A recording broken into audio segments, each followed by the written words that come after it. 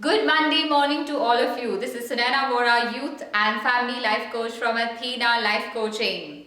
So the latest topic that seems to keep cropping up, children are getting addicted more and more to their gadgets. Cell phones, iPads, laptops, gaming online. There's just so much happening. It's like they're surrounded by temptation.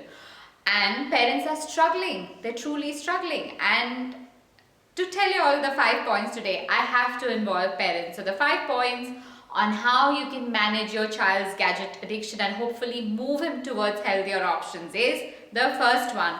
What are you role modeling? I can tell you I am not a good role model, and I'm being so upfront and honest here that I tend to access my phone, my laptop all the time, and it's so important to create boundaries. So I'm being an unfair parent, but I've put the 8 p.m. on no phone rule in my house. I have two teenagers, but they are required to switch their phones off because they think that otherwise we will access their messages. Switch their phones off and keep it in the family area.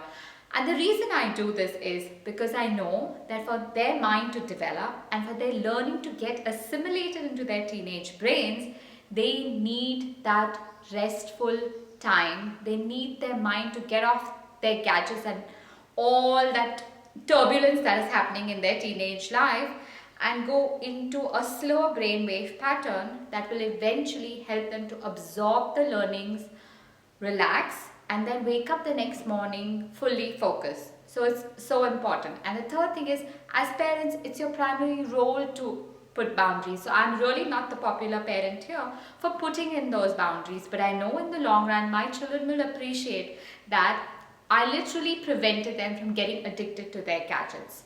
And the fourth thing, as parents, yes, it sounds like nagging, but repetition is again one of your primary job roles, because whether they're younger kids or they're teenagers, they're going to try and push boundaries and they're going to try and break the rule. So it is so important for you to continuously repeat the boundaries that you've put into place.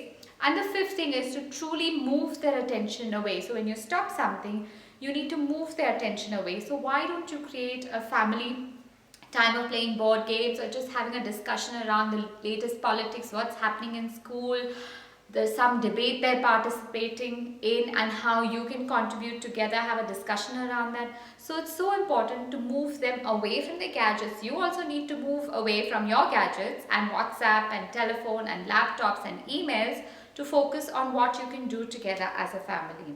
So I hope those are some very easy and doable things to help your child get off his gadget addiction. The first point is, what are you role modeling? The second point is, we have an 8 p.m. phones off rule so that the child's brain waves tend to relax, assimilate information and be focused for the next day.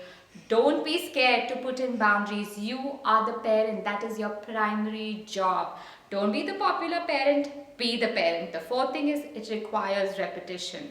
And the fifth thing is, get everyone to participate in some family activity together. So that helps to fill in the gap that minusing the gadget has created.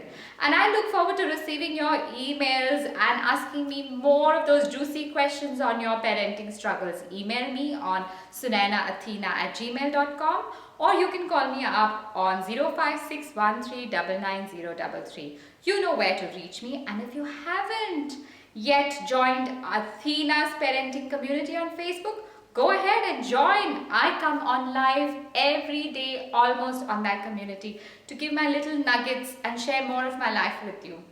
Take care. Speak to you soon. Bye.